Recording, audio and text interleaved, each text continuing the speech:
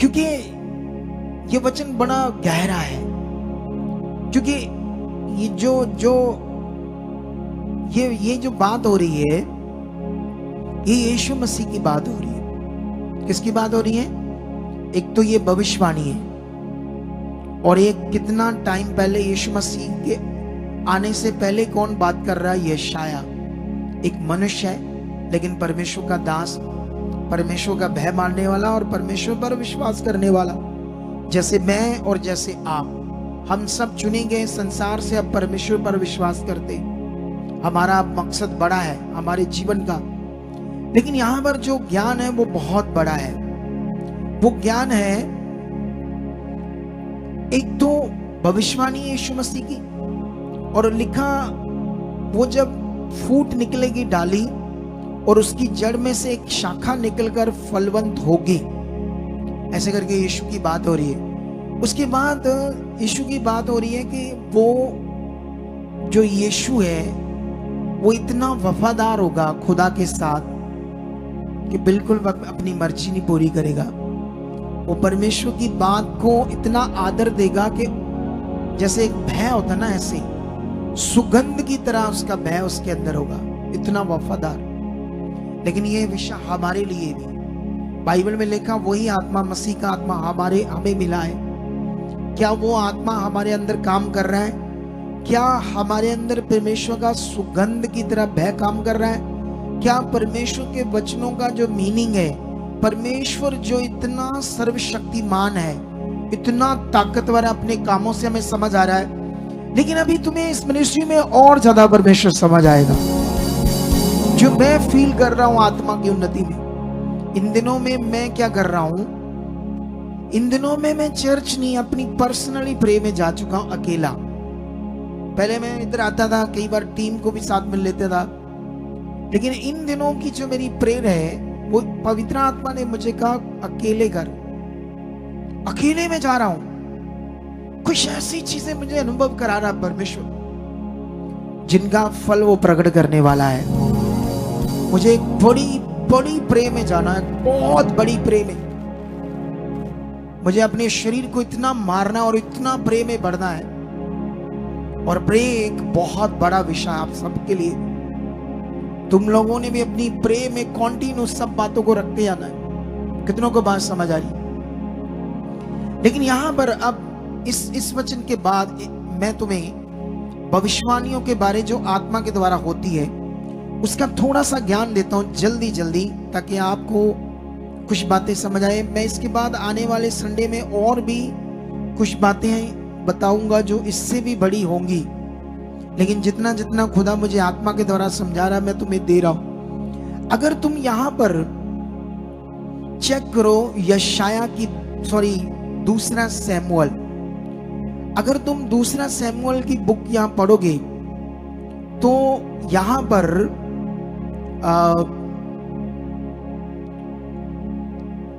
हम वचन पढ़ते हैं थोड़ा सा आपके लिए।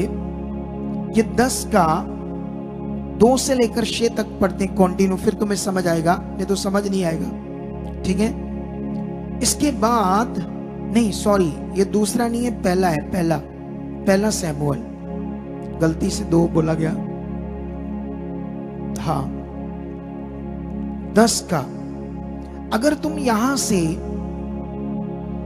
2 से पढ़ोगे 6 तक तो कुछ बातें इतनी पावरफुल है जो शाऊल को शमूएल भविष्यवक्ता कुछ कह रहा है उसके जीवन के लिए। हालेलुया। और यहां पर 2 से जब मैं पढ़ता हूं तो ऐसे लिखा, आज जब तू मेरे पास से चला जाएगा तब रहेल की कब्र के पास जो बिन्यामीन के देश की सीमा पर सेलसे में है, 2 जन तुझे मिलेंगे और कहेंगे जिन गद्दियों को तू ढूंढने गया था वह मिल गई है।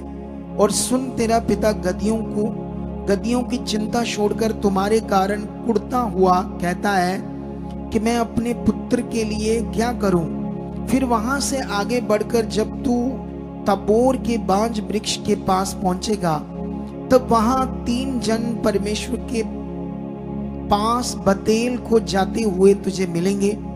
जिनमें से एक तो बकरी के 3 बच्चे और दूसरा 3 रोटी और तीसरा एक कुप्पा दाखमधु लिए हुए होगा।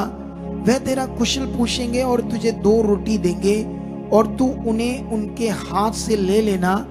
जब तू परमेश्वर के पहाड़ पर पहुंचेगा जहां फिलिस्तियों की चौकी है, और जब तू वहां नगर में प्रवेश करे, तब नबियों का एक दल तुझे सतान से उतरता हुआ तुझे मिलेगा और उनके आगे सतार, डब, बांसुरी और वीणा होंगे और वह नबूवत करते हुए होंगे। 6 में लिखा, तब यहोवा का आत्मा तुझ पर बल से उतरेगा और तू उनके साथ होकर नबूवत करने लगेगा। और जब तू परिवर्तित होकर और ही मनुष्य हो जाएगा। हालेलुया। यहां पर एक बहुत बड़ी बात शमूएल भविष्यवक्ता कर रहा है। किससे? शाऊल से। शाऊल के पापा की 2 गधियां गुम गई। ये कई देशों से ढूंढता इस शमूएल भविष्यवक्ता के पास आता है। तब तक इजरायली राजा मांग रहे थे परमेश्वर से और परेशान थे इजरायली। लेकिन जब उन्होंने राजा मांगा तो ये बात शमूएल को अच्छी नहीं लगी। लेकिन परमेश्वर ने इस बंदे को, शाऊल को, जो ढूंढता हुआ आया, इजरायलियों में सबसे लंबा था और इसका दिल तब यहोवा के लिए मगन था। यहोवा का ये खोजी था, उसकी व्यवस्था, उसके आज्ञाओं में लीन था। इसीलिए परमेश्वर ने इसे चुना। कितनों को बात समझ आ रही? हालेलुया। परमेश्वर पापियों को भी चुनता है, गधों को भी चुनता है। बाइबल में लिखा, नीचों और तुच्छों को चुनता है ताकि उन्हें लज्जित करे जो अपने आप को कुछ समझते हैं। ये परमेश्वर की एक पावर है और एक पॉलिसी है जिसका हिस्सा तुम लोग हो। अगर तुम चाहते हो कि जो परमेश्वर का वचन तुम्हारे लिए लिखा गया मेरी जिंदगी में पूरा हो, तो तुम्हें भी खोजी बनना पड़ेगा। तुम्हें भी परमेश्वर को पहला स्थान देना पड़ेगा और अपने जीवन में परमेश्वर की इच्छा पर ध्यान देना पड़ेगा। रोज रोज रोज। तुम्हारी जमीन है 10 एकड़, 5 एकड़, 40 एकड़, 50 एकड़, 100 एकड़, वो भाई के कॉलेज है 8-10। कोई और चर्च में ये बंदा जाता तो उस पास्टर की लालें छूट जाती, लेकिन मुझे ज्यादा मतलब नहीं उससे। कितनों को बात समझ आई? हालेलुया। यही बस मेरा मन है। मुझे पैसे वाला दिखा तो, पास्टर को दिखा तो लालें छूट जाएगी, लेकिन मुझे इनसे कोई मतलब नहीं। मेरा लक्ष्य बड़ा है। एक बार हमारे बाप झुग्गी झोपड़ वालों के बीच में एक बंदा बैठा था, 60 करोड़ का मालिक बैठा था, क्योंकि मेरी टीचिंग का असर था। किसी और चर्च में होता था, इधर बड़ी सी कुर्सी उसको बैठाया होता आगे ठगने के लिए उसको। मुझे किसी के पैसे नहीं चाहिए। नियम से जो भोगे वो खुदा के लिए भोगे, मुझे थोड़ी भोगे। मैं तो मनुष्य हूं, मेरे लिए थोड़ी भोगे तुम। कितनों को बात समझ आ रही? इसीलिए मुझे कुछ बड़ा करना है। कितनों को बात समझ आ रही? लेकिन यहां पर ये शमूएल है। मुझे ऐसा ही भविष्यवक्ता अपने आप को प्रकट करना है। ऐसी चीजें बतानी है कि दुनिया दंग रह जाए। मेरी बस डिजायर है। मैं अपना प्राण छोड़ने से पहले परमेश्वर को इस हद तक प्रकट करना चाहता हूं। इसीलिए जो मेरे पास टीचिंग्स है वो इतनी पावरफुल है, जिसके विरोध में शैतान बड़ा है। मेरी टीचिंग के विरोध में इतने लोगों को डाइवर्ट करता है। लोगों के सामने मेरी वीडियो आते है, स्किप कराता है ताकि लोगों को ये समझना है, और दूसरों के सपने दे दे लेकिन लोगों को उधर खींचता है। ऐसे अगुओं के भी शैतान खुद सपने देता है कुछ अगुओं के। आप देख लो।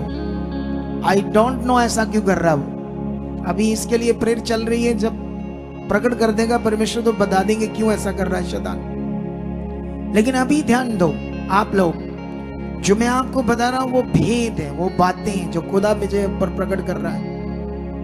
इतने जीवन के ये वचन, इतनी बड़ी बातें, इतना बड़ा विषय है। अब तुम्हारे जीवन में ये पूरा होने वाला है।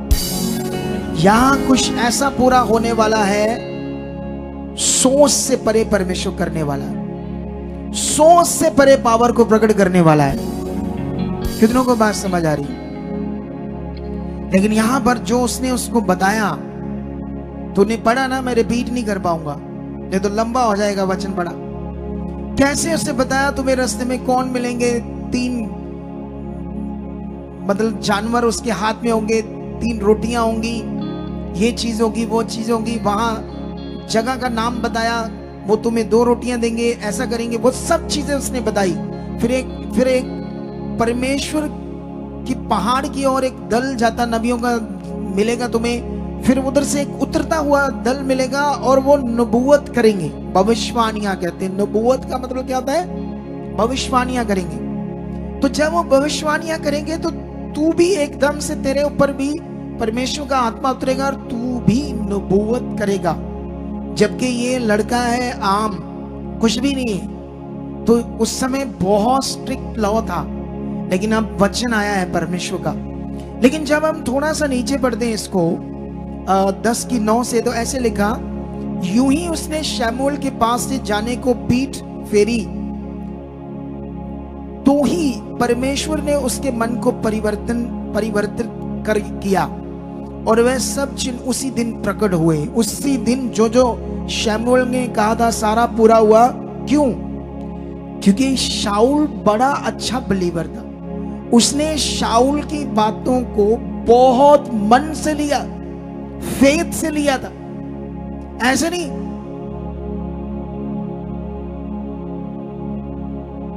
उल्लुओं की तरह बैठना। कितनों को बात समझ आ रही? कोई सुसु करने चला गया, वो पशुओं की तरह उधर ही करते उधर ही फिरते रहे। देखो आज कैसे आए वापस।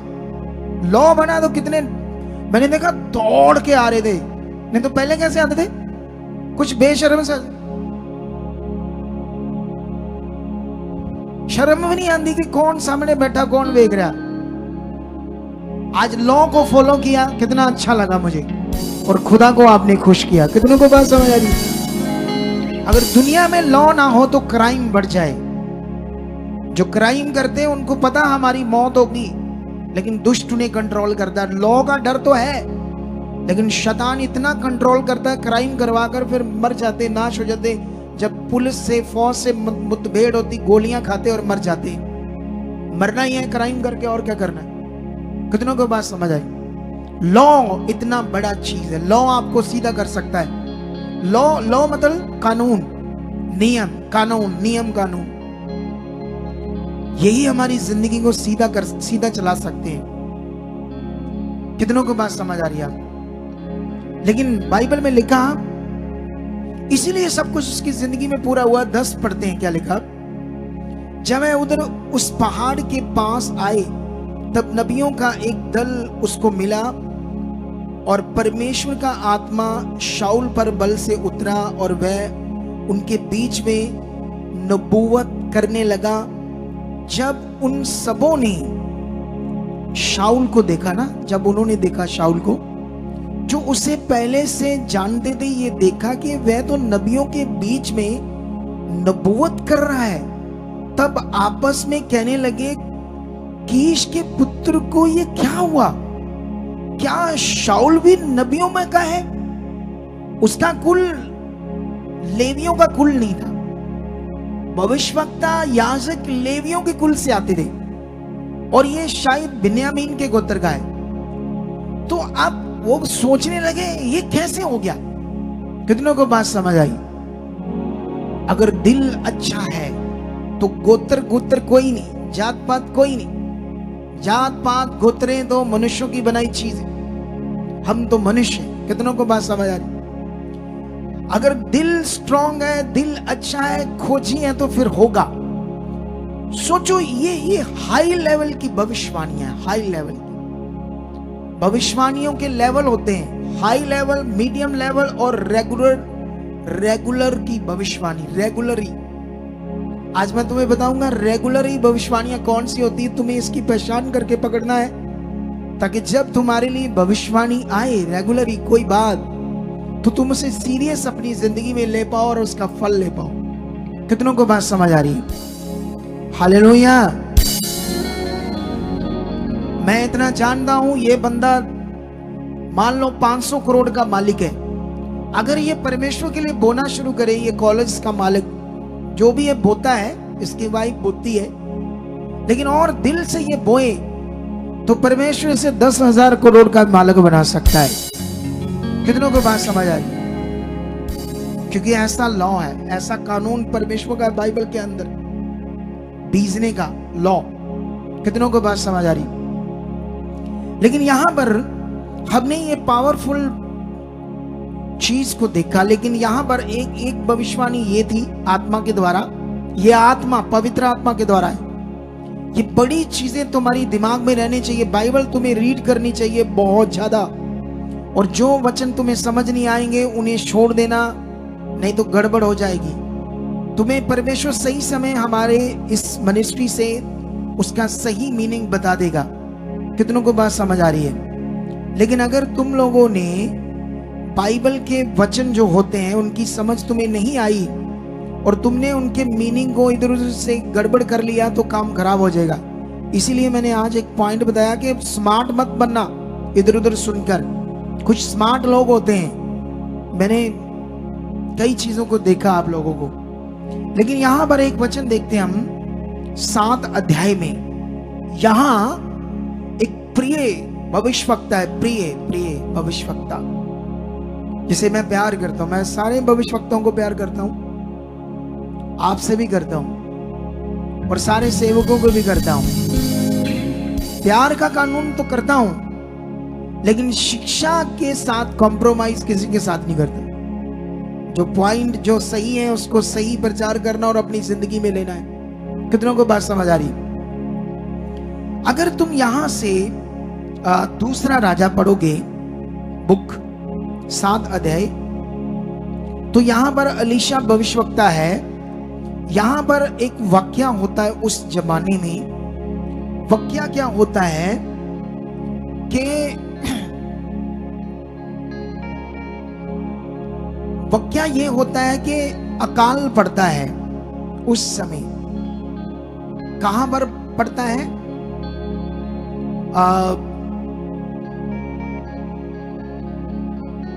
भूल गया मैं नाम एरिया का।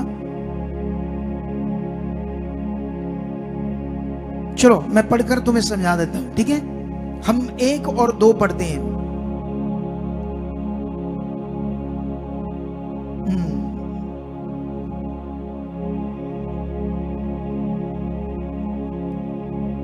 बार बार दूसरा राजा। हाँ, तब एलीशा ने कहा, यहोवा का वचन सुनो। ये जो पड़ता है अकाल, अभी मैं तुम्हें समझाता हूं कहां पड़ता है। लेकिन इसको थोड़ा सा 24 से पढ़ोगे तो इसके बाद आराम के राजा बेन हदद ने अपनी समस्त सेना इकट्ठी करके शोमरोन एरिया है नगर, जहां शोमरोन में कौन था? एलिया भविष्यवक्ता भी था, ठीक है? तो यहां पर अकाल पड़ता है तो शोमरोन चढ़ाई पर चढ़ाई कर दी और उसको घेर लिया। तब शोमरोन में बड़ा अकाल पड़ा और वह ऐसा गिर रहा कि अंत में एक गधे का सिर चांदी के 80 टुकड़ों में और कब की चौथाई भर कबूतर की बीट 5 टुकड़े चांदी तक बिकने लगे। सोचकर देखो, गधे का सिर 80 टुकड़े चांदी, जिसकी आज की कीमत लगाएं तो कम से कम 1 लाख रुपया। और कबूतर की विट, पंजाबी च की बोल दे, विट जड़ी ताडे उत्ते पै जाए जी काला होता, फटाफट साफ कर दे आप लोग, क्योंकि उसकी पोटी कबूतर की पोटी वो भी खाई लोगों ने 5 टुकड़े चांदी के देकर जिंदा रहने के लिए। सोचो ऐसे दिन हमारे ऊपर नहीं आए। छोटे छोटे हालातों में कूं कूं कूं कूं करते रहते कुछ लोग, छोटे छोटे हालातों में। मैं किसी फैमिली से मिला, कूं कूं कर रहे थे वो बिना मतलब से। ये शैतान है, जब काम करता है वो मन आगे पीछे कर देता है। इसीलिए लोगों से ज्यादा जराना मत रखना। यहां आओ, सबसे मिलो, पर्सनली रिश्ते ना बनाना, नहीं तो गड़बड़ हो जाएगी सच्ची। ये आत्मा की बातें। सबसे एक समान रहो और आगे बढ़ो। जो मैं सिखाता हूं, आपका रिश्ता खुदा से और खुदा के दास से होना चाहिए, फिर तुम आगे जाओगे। लोगों से रिश्ते बनाने लगे, दोस्तियां बनाने लगे, या फिर इमोशनली हो जाओगे, कोई बात शेयर करने लगोगे, चुगली करने लगोगे, धीरे धीरे फिर शैतान काम करेगा।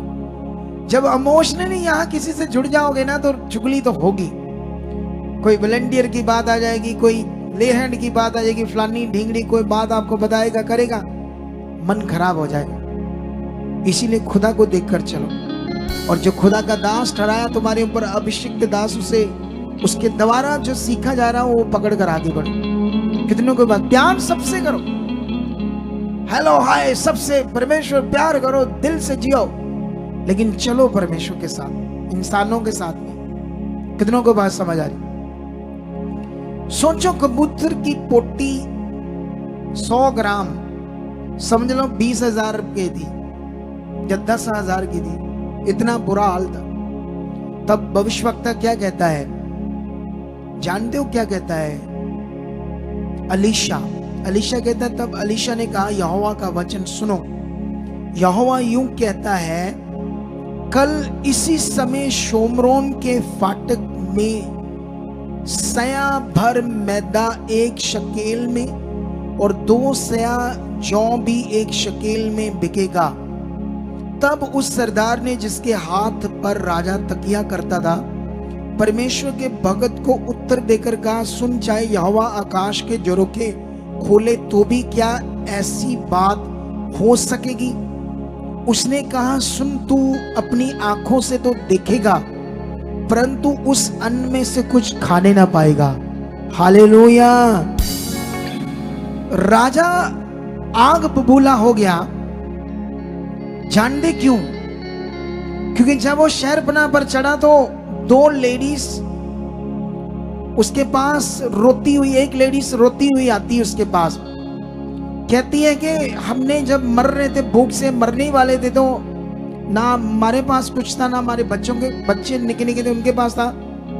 तो एक बच्चे को हमने आपस में बात की, आज तेरा बच्चा पकाते हैं मारकर खाने के लिए। बच्चा, अपना बच्चा, सोचो हालात, सोचो पीड़ा, हमने ऐसी कभी नहीं देखी। और जब दूसरी की बारी आती है अगले दिन, तो वो ना कर देती है। इसी केस को राजा के सामने रोती हुए लेकर जाती है। राजा वस्त्र फाड़ता है और कहता है, अलीशा को मार दूंगा मैं। अलीशा का क्या कसूर है? कसूर तो तुम्हारा है, तुम्हारा परमेश्वर के साथ अच्छे से ना चलना है, तुम्हारे पुरखों का कसूर है जो परमेश्वर को निरादर करते आए थे। आज भी परमेश्वर को जानकर अगर हम ऐसे बोल दें, मैं हमारा मन खराब है, क्या बात करते ये लोग। ये मैं बात क्यों कर रहा हूं भी, मतलब हम परमेश्वर को छोड़ देंगे, ऐसे बात करते। कितनों को बात समझ आ रही? परमेश्वर से जरा सा दूर सोचा नहीं तो मौत तैयार है। मौत याद रखो, इतना संगीन विषय है, जितना जुड़े रहोगे उतना बचे रहोगे। क्योंकि इंसान मेरा रोटी से नहीं, हर एक उस वचन से जीवित रहेगा जो परमेश्वर के मुख से निकलता है। लेकिन यहां पर अलीशा आत्मा में आकर भविष्यवाणी करता है, कल ही 10 किलो की गुत्थी आटे की 1 रुपए की होगी और 20 किलो जौ का आटा 2 रुपए का होगा या 1 रुपए का होगा। सोचो, और कल यहां वचन पूरा होगा। ये आत्मा का भविष्यवाणी थी, आत्मा के द्वारा। सरदार का मैनेजर, मंत्री कहता है, चाहे यहोवा आकाश के झरोखे भी खोल दे, पर ऐसा नहीं हो सकता जो तू बोल रहा है। उसने कहा, तू अपनी आंखों से ये देखेगा, लेकिन तू उस अन्न को खा नहीं सकेगा, क्योंकि तूने परमेश्वर के वचन का निरादर किया है। और कितने लोग हम में बैठे हैं जो परमेश्वर का वचन का क्या करते हैं? निरादर करते हैं। मैं थोड़ा सा पढ़कर सुनाता हूं ये तुम्हें। ये देखो क्या लिखा है यहां पर, क्योंकि परमेश्वर ने अपना काम पूरा कर दिया है। जब तुम पढ़ोगे रचना तो आपको समझ आ जाएगी। लेकिन 17 में लिखा, अब राजा ने उस सरदार को जिसके हाथ पर वह तकिया करता था फाटक का अधिकारी ठहराया, तब वह फाटक में लोगों के, मतलब अगर पढ़ोगे ऊपर से 16 में लिखा, तब यहोवा ने निकलकर अराम के डेरों को लूट लिया और यहोवा के वचन के अनुसार 1 सेया मैदा और 1 शकेल में और 2 सेया जौ 1 शकेल में बिकने लगा, 1-2 रुपए में 10-10 किलो की गुत्थी। याद रखो, अब राजा ने उस सरदार को जिसके हाथ पर वह तकिया करता था फाटक का अधिकारी ठहराया, तब वह फाटक में लोगों के पांवों के नीचे दबकर मर गया। ये परमेश्वर के भक्त के उस वचन के अनुसार हुआ जो उसने राजा से उसके यहाँ आने के समय कहा था कि परमेश्वर के भक्त ने जैसा राजा से ये कहा था, कल इसी समय शोमरोन के फाटक में 2 सेया जौ और 1 शकेल में और 1 सेया मैदा शकेल में बिकेगा, वैसा ही हुआ। और उस सरदार ने परमेश्वर के भक्त को उत्तर देकर कहा था, सुन, चाहे यहोवा आकाश के झरोखे खोले तो भी क्या ऐसी बात हो सकेगी? जो परमेश्वर के वचन को तोड़ेगा वो थोड़ी फल देखेगा। जो खरा रहेगा हालात में भी, परमेश्वर सच्चा है, उसका वचन सच्चा है, पूरा होगा, पकड़ के रखेगा अपनी आशा को, अपने विश्वास को, वो एक दिन ऊंचा किया जाएगा। वो फल के साथ दिखेगा, सामर्थ के साथ दिखेगा। और यहां बड़े बड़े काम, बड़ी बड़ी टेस्टमनी, प्रूफ है तुम्हारे सामने, तुम्हारे विश्वास के लिए, ताकि तुम्हें खाली ये ना लगे मुझे समझाया जा रहा है वचनों से, सिंपल समझाया जा रहा है, कब कैसे होगा। ये प्रूफ है कि तुम अपने मन को पक्का करके रखो खुदा के साथ कि वो जीवित खुदा है और वो सामर्थी है। कितनों को बात समझ आ रही? ये वो हाई लेवल की भविष्यवाणियां हैं जो परमेश्वर के वचन में मैंने तुम्हें समझाई है। लेकिन मैं चाहता हूं आपको प्रेरितों की बुक में लेकर जल्दी से जाना। मैं अपना 10 मिनट के अंदर चाहता हूं आज का टॉपिक समाप्त कर दूं, ताकि मैं इसे लंबा ना करूं। अभी रात की मीटिंग है, आपको पता है रात की यूके में मीटिंग होती है। अभी वो लाइव नहीं है, आने वाले दिनों में लाइव कर देंगे। अभी ऑफलाइन होती है, लाइव होती है लेकिन ऑफलाइन, लेकिन आने वाले दिनों में वो लाइव भी हो जाएगी। सुनो क्या लिखा है। अगर तुम यहां पर प्रेरितों की बुक 3 अध्याय पढ़ोगे तो सब कुछ जो यीशु मसीह ने सिखाया था एज इट पूरा होता है दुनिया में। यीशु स्वर्ग में चला जाता है, तीसरे दिन मुर्दों में से जिंदा होकर, और चेलों को कहता है स्वर्ग से तुम सामर्थ पाओगे, पवित्र आत्मा पाओगे, तब तुम मेरे गवाह बनना। और ये वैसा ही पवित्र आत्मा पाते हैं, और पवित्र आत्मा पाने के बाद खुदा का काम करना शुरू कर देते हैं चेले। कितनों को बात समझ आई? लेकिन यहां पर अब तुम्हें जो पकड़ने वाला विषय है वचन। हालेलुया! Are you serious? बोलो, आर यू सीरियस? तो फिर रेडी हो जाओ अपनी बरकतों को लेने के लिए। ये मिनिस्ट्री तुम्हारे लिए एक वरदान है, तुम्हारे लिए गिफ्ट है। ये मिनिस्ट्री जो खुदा ने तुम्हें और मुझे दी, मैं इसमें सेवक हूं। ये खुदा की मिनिस्ट्री है और तुम इस मिनिस्ट्री में खुदा के बच्चे हो, और हम सबकी मिनिस्ट्री है। हम सब बोर हैं और ताकि परमेश्वर का किंगडम आगे बढ़े। कितनों को बात समझ आ रही है? ये गिफ्ट है हमारे लिए, जहां तुम्हारे लिए बहुत कुछ बड़ा होगा। तुम्हें खरा बनना होगा। इन दिनों में मैंने तुम्हें कहा जो सेवा करते हैं खराई से करो। अगर तुमने आज तक सेवा नहीं की, आकर घास साफ करो, रोड साफ करो, बाथरूम साफ करो। कोई एक भी जगह खुदा के भवन में गंदी नहीं नजर आनी चाहिए, घास फूस नजर नहीं आना चाहिए। इतना मन बनाओ, देखना इसका फल तुम्हें देगा परमेश्वर। कितनों को बात समझ आ रही? तुम आते हो, तुम्हें गर्मी लगती है, दौड़ जाते हो, जाकर एसी चलाओ, एसी ने पंखा चलाओ, पानी पिलाओ, ठंडा, आए गर्मी गर्मी गर्मी। तुम्हें ज्यादा लगती गर्मी, हमें नहीं लगती। मैं इतना एसी यूज नहीं करता, घर में भी बंद कर देता हूं ताकि मुझे ज्यादा आदत ना पड़े। जानते क्यों? क्योंकि मुझे कितना गर्मी रहना पड़ेगा। थर्सडे संडे जब मैं ब्रांचेस में जाऊंगा, वहां सारा दिन शाम तक लोगों को प्रचार करना, खूब गर्मी और ले हैंड करना, पसीने छूट जाते हैं। तो इसलिए मुझे अपनी आदत नहीं बनानी है ऐसी कि मैं सोल हो जाऊं। कितनों को बात समझ आ रही? तो तुम्हें भी अपने आप को सोल नहीं करना, परिश्रम करने वाला बनाना, मेहनती बनना। तुमने परमेश्वर के भवन में भी आकर, अगर जो ब्रांचेस में बैठे, ब्रांचेस में भी आकर लोग वहां जो जरूरतें हैं वहां पूछो, हमारी टीम को क्या चाहिए, पंखे चाहिए, दरिया चाहिए, क्या चाहिए, हम देना चाहते हैं। अलग टाइम वहां भी जाओ, सफाइयां करो, खुदा के लिए जियो, फिर देखो तुम्हें कैसी बरकत देता खुदावन। जब तुम करना ही कुछ नहीं चाहते हो, तुम फोकट में वेले हो, वेले। बाइबल में आदम को जब परमेश्वर ने अधीन वाटिका में रखा, उसको वेला नहीं रखा, काम करने की बाग में सारा दिन उसको खोद, उस बूटों को संभाल, वाट वर्क कर, ऐसे परमेश्वर ने उसे रखा। कितनों को बात समझ आ रही?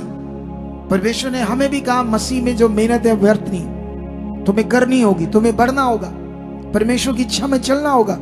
लेकिन यहां पर ये लोग जब सामर्थ पाते हैं, एक लंगड़े को चंगा कर देते हैं, और जब लंगड़े को चंगा कर देते हैं तो यहां पर क्या होता है? यहां पर प्रेरितों की बुक अगर हम 17 अध्याय से पढ़ें तो ये जो लंगड़ा चंगा होता है तो ये पूछते हैं, तुमने कैसे चंगा कर दिया? तुम्हारे पास कौन सी सामर्थ है? तुम तो मछलियां पकड़ने वाले हो, यीशु के साथ रहे हो, यीशु नबियों की तरह काम करता था, या अपने आप को पुत्र कहता था, वो तो मर गया, पता नहीं कहाँ नहीं है, क्योंकि उनको नहीं पता वो जिंदा होकर चला गया। जिंदा होने की गवाही तो ये दे रहे हैं जिन्होंने देखा था कि इनके सामने वो जिंदा हुआ था। कितना बड़ा विषय है इस दुनिया में कि यीशु जिंदा हुआ है मुर्दों में, और ये सुसमाचार दुनिया को चाहिए, दुनिया के लिए जीवन है, और तुम्हारे लिए ये सीरियस विश्वास है। अगर तुम इसे सीरियस विश्वास नहीं बनाओगे, हाँ, किसी ने पूछा, हाँ जी यीशु मेरे पापा लिए मरिया, जिंदा होया, हाँ, बस ये ना बता मैनू, सीरियस नहीं है। कई लोगों से पूछना, हाँ जी यीशु मेरे बाप लिए मरिया था, यीशु मेरे लिए जिंदा आया, बस सिंपल। सीरियस हो जाओ, सीरियस। यीशु जिंदा हुआ है, और ये बंदे उसके गवाह बने सीरियस होकर। जब बड़े बड़े जाजक, बड़े बड़े बाबा लोग, बड़े बड़े गुरु संत महात्मा अपने को कहलाने वाले उस जमाने के, ये चमत्कार देखकर कहते, तुमने कैसे इस लंगड़े को चंगा किया बताओ? तब वो क्या बताते हैं, आओ मैं पढ़ाता हूं आपको। 3:17 में लिखा, अब हे भाइयों, मैं जानता हूं कि ये काम तुमने अज्ञानता में किए, क्योंकि ऊपर रचना पढ़ोगे तो उसने उन्हें कहा, तुम्हारे बाप दादों ने यीशु मसीह को क्रूस पर चढ़ाया है, तुम्हारे लोगों ने, तुम्हारे जो सीनियर है उन्होंने चढ़ाया है। तो वो कहता है ये काम उन्होंने अज्ञानता में किया, और वैसा ही तुम्हारे सरदारों ने भी किया। परंतु जिन बातों को परमेश्वर ने सब भविष्यवक्ताओं के मुख से पहले से ही बता दिया था, यीशु मसीह का आना, क्या क्या होना, भविष्यवक्ताओं ने पहले से लिख दिया। दुनिया की सबसे बड़ा ये ज्ञान, रियल राज्य खुदा का, जो दुनिया को नहीं पता, हमारा काम है इसमें विश्वास में बढ़ना और दुनिया को बताना। तुम एक किंगडम में हो, एक राज्य में हो। जब तुम्हारी मन की आंखें खुलेगी, जब तुम्हारे अंदर रीझ आ जाएगी, जब तुम्हारा मन परमेश्वर से लग जाएगा, तुम उसकी धार्मिकता में लीन हो जाओगे, तुम आत्मा से भरा हुआ उसकी खोज में बढ़ जाओगे, फिर दर्शन देखोगे, फिर ऐसा अनुभव फील करोगे जो तुमने देखा नहीं। जब तक तुम शरीर में रहोगे ये बातें तुम्हारे साथ होंगी, तुम नॉर्मल रहोगे जब तक तुम शरीर में रहोगे। कितनों को बात समझ आ रही? हम परमेश्वर इस दुनिया के मालिक के साथ हैं, जिसको पाने के लिए जंगलों में, पहाड़ों की दरारों में, गुफाओं में बैठे ऐसे बिजड़ा बन गए, इतने बड़े बड़े वाल हो गए, उसको ढूंढ रहे हैं। दुनिया जाकर देखो क्या कर रहे हैं। लेकिन तुम्हें सीढ़ी मिल गई है, तुम्हें रास्ता मिल गया है, उसे पाना और पूरी तरह से प्रकट करना तुम्हारे वश में है। तुम्हारे विश्वास में ये दे दिया गया है, तुम्हारे वश में ये कर दिया गया है कि तुम उसे समझ पाओ और प्रकट कर पाओ। लेकिन अगर हम ढीले रहेंगे, नॉर्मल रहेंगे, तो ये कर नहीं पाएंगे। कितनों को बात समझ आ रही? लेकिन यहां पर वो कहता है, पहले से जो बताया भविष्यवक्ताओं के मुख से, उसका मसीह दुख उठाएगा। उन्होंने उसे उसी रीति से पूरा किया यीशु ने। इसलिए मन फिराओ और लौट आओ कि तुम्हारे पाप मिटाए जाएं, जिससे प्रभु के सम्मुख से विश्राम के दिन आए, और वह यीशु भेजे जो तुम्हारे लिए पहले से मसीह ठहराया गया।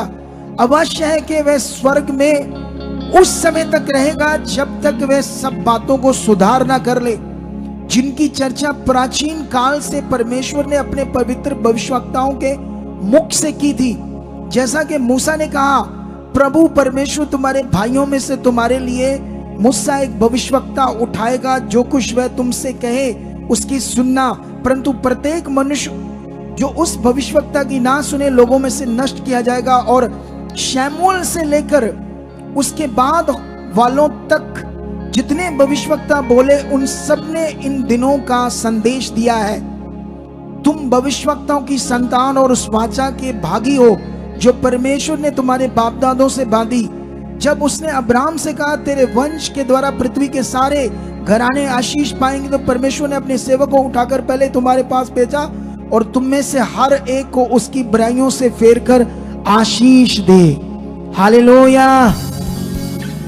मैं चाहता था और मेरे पास पेंडिंग वचन रह गए हैं। अगर मैं उन वचनों को तुम्हारे लिए बताऊंगा तो शायद मैं तुम्हें लंबा हो जाएगा आज का वचन।